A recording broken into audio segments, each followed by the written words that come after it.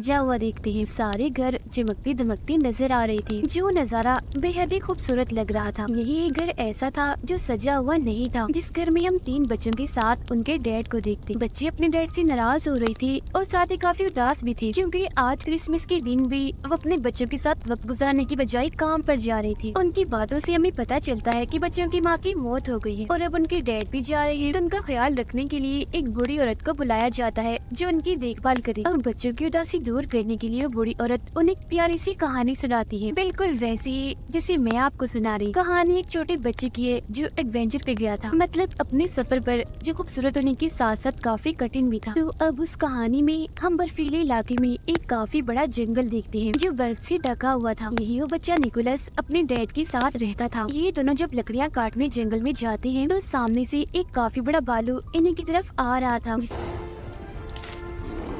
देखकर ये दोनों काफी डर जाते हैं और भागकर वापस अपने घर आ जाते हैं। यहाँ हमें पता चलता है कि निकोलस ने अपनी मॉम को बचपन में ही खो दिया था। साथ ही उनकी माली हालत भी काफी खराब थी। वो काफी गरीब थी, क्योंकि ना तो उनके पास खाने के लिए ज्यादा सामान है और ना ही पैसे कमाने का कोई जरिया है। एक रात निकोलस अपने डैड को कहता है, चलिए पापा आज मुझे कोई कहानी सुनाए, जो बहुत मजे की। तब उसके डैड उसे उसकी मॉम की ही कहानी सुनाती है कि काफी सालों पहले तुम्हारी मॉम ने इन बर्फीली चोटियों को पार किया। वहाँ 2 सोते हुए मॉन्स्टर थे जो दरअसल पहाड़ी थी। तुम्हारी मॉम उनके बीच से निकलकर दूसरी तरफ गई, जहाँ एक अलग ही नस्ल के लोग रहते हैं जिन्हें एल्फ्स कहा जाता है। और वो एल्फ्स का गांव था जिसका नाम एल्फिम था। एल्फ्स दरअसल होती तो इंसान ही है, बस उनकी शक्ल सूरत थोड़ी सी अलग होती है, मतलब उनके कान थोड़े सी नुकीले और लंबे होते हैं। वो एल्फ्स लोग कोई आम नहीं थे, बल्कि उनके पास जादुई शक्तियाँ थी। उन्होंने तुम्हारी मॉम के साथ काफी अच्छा बर्ताव किया, काफी अच्छे से उनका वेलकम किया। और फिर जब तुम्हारी मॉम वापस लौटी तो उनके पास बहुत सारी चॉकलेट्स और खिलौने थे जो आसपास के लोगों में हमने बांट दिए, जिससे हर तरफ खुशियाँ फैल गई। इसी दौरान उन्हें कमरे में किसी जानवर की होने का एहसास होता है। तब उसके डैड उस जानवर को मारने के लिए कुल्हाड़ी उठाकर उसे ढूंढने लगते हैं, मगर देखते हैं कि वो जानवर तो एक छोटा सा चूहा है, जिसे मारने की उसके डैड बहुत कोशिश करते हैं, मगर हर बार वो बचता रहता है। जिसके बाद वो चूहे को निकोलस के कहने पर छोड़ देती, क्योंकि वो छोटा सा चूहा उसे बहुत ही प्यारा लग रहा था और वो उसके साथ दोस्ती करना चाहता था। फिर अगली सुबह निकोलस उसका नाम भी रख देता है। वो उसे बात करने की कोशिश करता है और चूहे को भी कहता है कि तुम भी बोलो, जिस पर उसके डैड कहते हैं बेटा चूहे नहीं बोल सकते। जिसके बाद दोनों बाप बेटे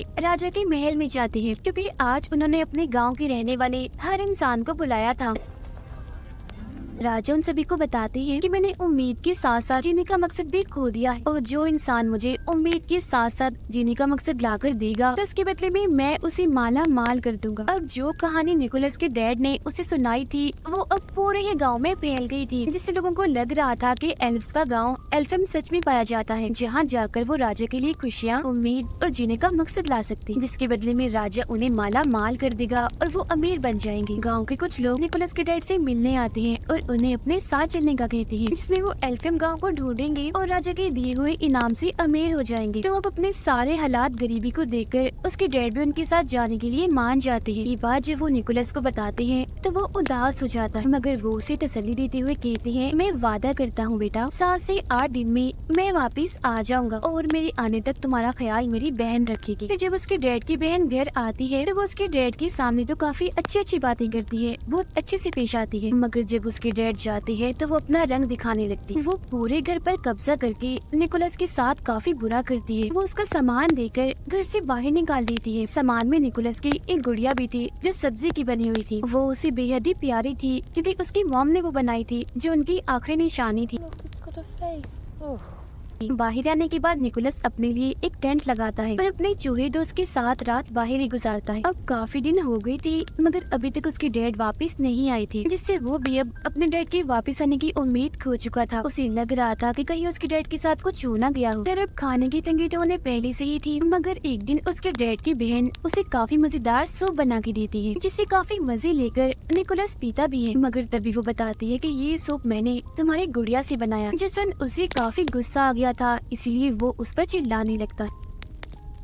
मगर अब तभी निकोलस की नजर अपने जलती हुई टोपी पर जाती है, जो उसकी मॉम ने ही बनाई थी। तब वो जल्दी से टोपी लेकर बाहर आता है और बर्फ में उसे लगाकर आग बुझा देता है। वो देखता है कि टोपी पर एक नक्शा बना हुआ है और ये नक्शा बिल्कुल वैसे था जैसे उसके डैड ने उसे कहानी सुनाई थी, जिससे वो समझ जाता है कि उसकी मॉम की कहानी सच्ची थी। एल्फिम का गाँव सच में पाया जाता है जहाँ जादू है। तो इसीलिए अब वो ये फैसला करता है कि मैं भी उस गांव में जाऊंगा। और फिर अगले ही दिन वो अपने साथी चूहे के साथ अपने सफर पर निकल जाता है। सफर के दौरान वो चूहे को नए नए अल्फाज सिखा रहा था, हालांकि उसे पता भी था कि बोल नहीं सकता। पूरा एक दिन का सफर तय करने के बाद वो एक गाँव में पहुँचता है, जहाँ उसकी मुलाकात एक बूढ़ी औरत से होती है जो उसे वापस जाने का कहती है, और ये भी कि तुम्हारी मेहनत बेकार जाएगी। एल्फियम नहीं पाया जाता, उसकी तलाश में ऐसे जगह जगह मत भटको। मगर वो उसकी बात नहीं मानता और अभी भी अपना सफर जारी रखता है। कुछ और दिन का सफर करने के बाद वह गुफा में पनाह लेता है। वहाँ भी बर्फ थी, तो पत्थर को रगड़कर वो आग जलाता है और फिर दुआ करने लगता है कि अगर जादू सच में पाया जाता है तो मेरा चूहा बोलकर दिखाए। और फिर तभी सच में उसका चूहा बोलने लगता है, जो देख निकोलस काफी चौंक जाता है।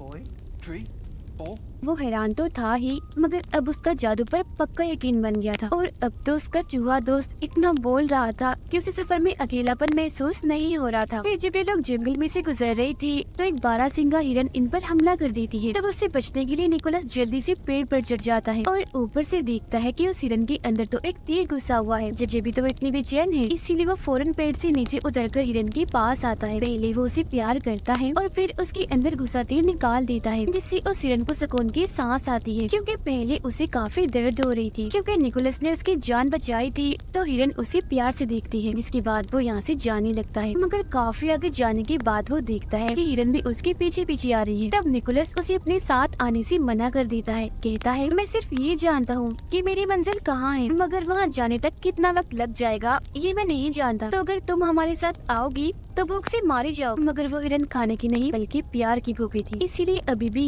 वो उसका पीछे नहीं छोड़ती। निकोलस उसे अपने ग्रुप में शामिल करके अपनी मर्जी से उसका नाम रख देता है। वो नाम एक जगह का था जहाँ जाना उसे काफी पसंद था। फिर अब वो आगे का सफर हिरन पर बैठ कर करता है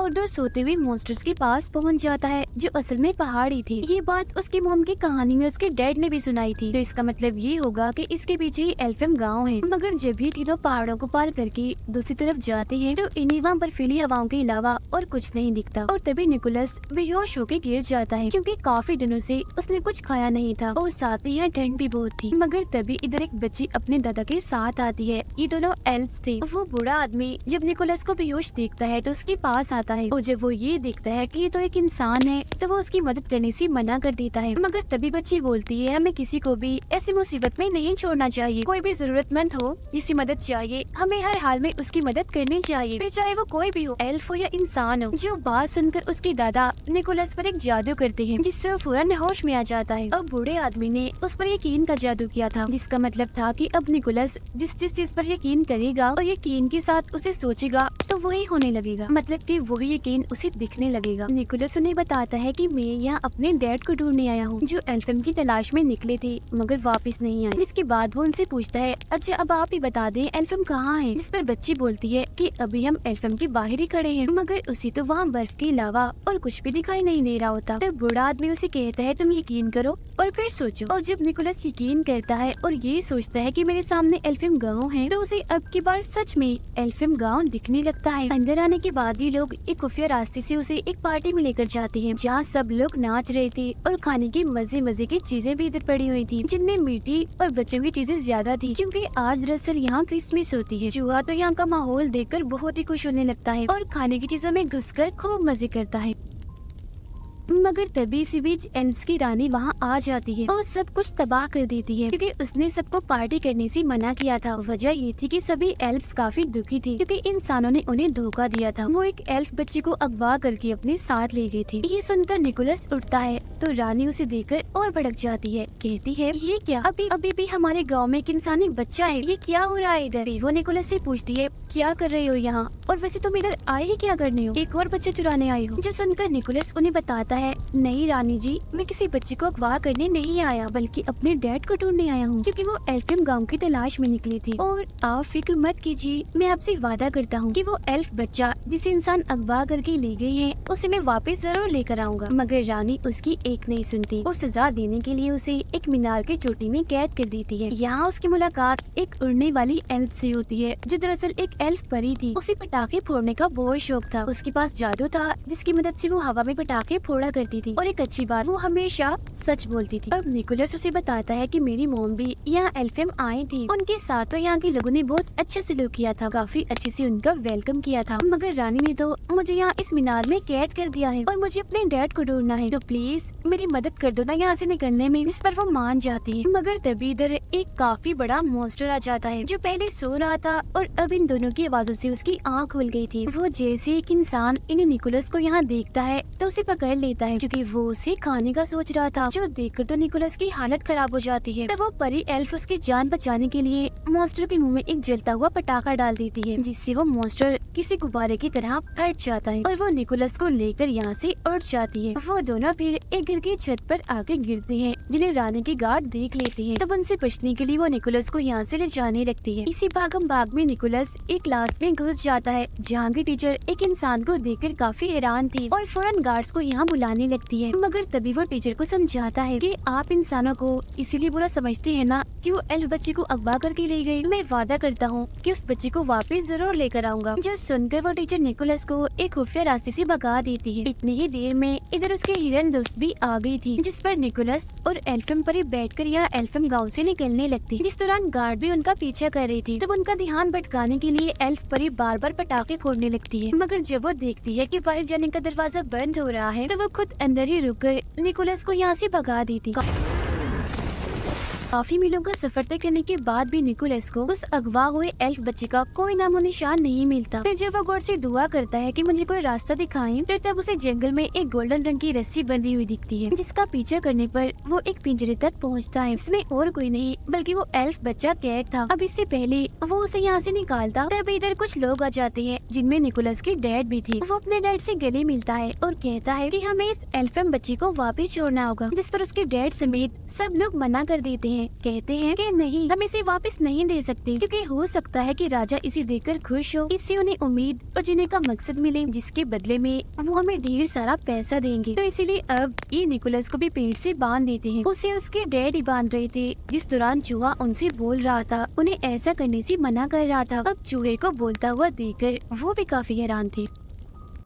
सबके सोने के बाद उसके डैड उसके पास आते हैं और वो निकोलस के साथ साथ उस एल्फ बच्चे को भी पिंजरे से आजाद कर देते हैं और बताते हैं कि उन सबके सामने मैं तुम्हारी मदद नहीं कर सकता था, इसीलिए मैंने तुम्हें बांध दिया था। अब इससे पहले वो यहाँ से निकलते सारे लोग जाग जाते हैं और तीरों से उन पर हमला कर देते हैं। अब हिरन के ऊपर निकोलस और वो एल्फ बच्चा बैठा हुआ था। हिरन के पीछे एक बग्गी बंधी हुई थी, जिसमें उसके डैड बैठे हुए थे, जिस वजह से हिरन तेजी से नहीं दौड़ पा रही थी। तभी निकोलस को याद आता है कि मुझ पर तो यकीन का जादू हुआ है, यानी मैं जो भी यकीन करके सोचूंगा वो पूरा हो जाएगा। तो वो हिरन पर हाथ रखकर उसे उड़ने का कहता है। हिरन थोड़ा सा ऊपर उड़ती तो है, मगर वजन ज्यादा होने की वजह से वो काफी ऊपर नहीं उड़ पाती और वापिस से नीचे आ जाती। ये देखकर उसके डैड अपने बेटे निकोलस की जान बचाने के लिए अपनी बग्गी की रस्सी काट देते हैं और जाकर एक खाई में गिरते हैं, जिससे उनकी मौत हो जाती है,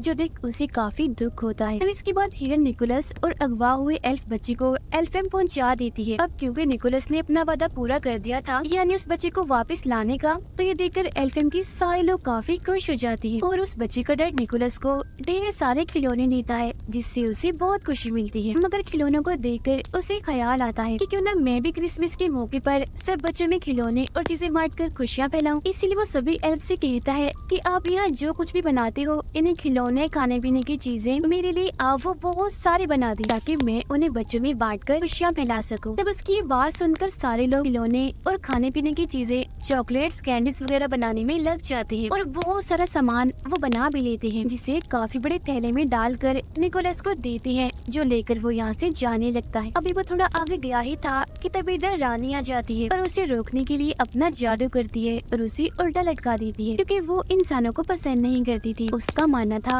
कि इंसान मतलबी होते। मगर तभी रानी की नजर निकोलस के गले में लटके लॉकेट पर जाती है, जो उसकी मॉम का था। निकोलस ये बात रानी को बताता है कि ये मेरी मॉम का है, तो वो उसे नीचे उतारती है। वो जज्बाती हो गई थी और कहने लगती है कि काफी सालों पहले तुम्हारी मॉम इधर आई थी, हम दोनों बहुत अच्छी दोस्ती थी, मगर जब वो यहाँ से गई तो बहुत सारे खिलौने और चॉकलेट्स लेकर गई। साथ ही जाने से पहले उन्होंने ये वादा किया था कि मैं वापस आपसे मिलने आती रहा करूंगी, मगर आज काफी साल हो गई है, वो कभी भी नहीं नहीं आई, जिस पर निकोलस बताता है कि वो आती जरूर, मगर जब मेरी मॉम यहाँ से गई, एक बीमारी की वजह से उनकी मौत हो गई। ये सुनकर रानी समेत सभी लोग काफी हैरान और दुखी हो गई थी। रानी को यकीन आ गया था कि सब इंसान एक जैसे नहीं होते, मतलब अगर इंसान बुरे होते हैं तो उनमें से कुछ अच्छे भी होते, इसीलिए वो उसे तोहफे से भरा हुआ थैला ले जाने देती है। निकोलस चीजों से भरा थैला लेकर हिरन पर बैठता है और उड़ जाता है और सीधा आता है राजा के महल में, जहाँ राजा काफी उदास थे। वो राजा को खिलौनों की सूरत में खुशी और उम्मीद की किरण दिखाता है, जिसके बाद राजा और निकोलस हिरन पर बैठकर सब बच्चों के घर जाते हैं और उनके पास खिलौने और चॉकलेट्स कैंडीज रखते हैं, क्योंकि जब बच्चे सुबह उठकर अपने खिलौने देखकर खुश होंगे तो बच्चों की वो खुशी ही राजा के लिए उम्मीद की किरण होगी। सब बच्चों को खिलौने बांटने के बाद राजा निकोलस से कहते हैं कि मेरे लिए काम करोगे, हर साल ऐसे तुम्हें खिलौनों की सूरत में बच्चों को खुशियाँ और उम्मीद देनी होगी, और इस काम में मैं भी तुम्हारा साथ दूंगा। और साल का वो दिन होगा क्रिसमस का दिन, जिस पर वो मान जाता है। इसके बाद निकोलस अपने डैड की बहन के पास जाकर उन्हें भी चॉकलेट्स देता है और उड़ जाता है। उसे उड़ता हुआ देखकर वो काफी हैरान भी थी और अब उसे भी जादू पर यकीन हो गया था। अब ये प्यारी सी कहानी इधर ही खत्म हो जाती है, जो सुनकर वो तीनों बच्चे काफी खुश हो जाते हैं। ये नहीं शुरुआत वाले जिन्हें बूढ़ी औरत कहानी सुना रही। फिर जब वो नीचे आते हैं तो देखते हैं कि उनका पूरा घर क्रिसमस की लाइट्स और पेड़ों से सजा हुआ है, जो देखकर उन बच्चों की खुशी का तो कोई ठिकाना ही नहीं रहता। फिर जब वो बूढ़ी औरत बाहर जाने के लिए अपनी टोपी पहनती है तो बच्चों को उनके बड़े से नुकीले से कान दिख जाते हैं, जो देख वो समझ गई थी कि ये भी एक एल्फ ही थी। अब बाहर जाकर वो बूढ़ी औरत आसमान में अपने जादू से पटाखे फोड़ने लगती है, जो देख हम समझ जाते हैं कि ये और कोई नहीं बल्कि एल्फ परी है जो सच बोला करी। तो ये कहानी हमें बहुत सारे सबक देती है, यानी हमें हमेशा ही खुशियों को बांटते रहना चाहिए और दूसरों की मदद करनी चाहिए, फिर चाहे वो क्रिसमस का दिन हो या कोई भी। और हमें बुरों के साथ भी अच्छा करना चाहिए और हमेशा हर चीज के होने का यकीन रखना चाहिए। इसी के साथ ही ये प्यारी सी कहानी इधर ही खत्म हो जाती है।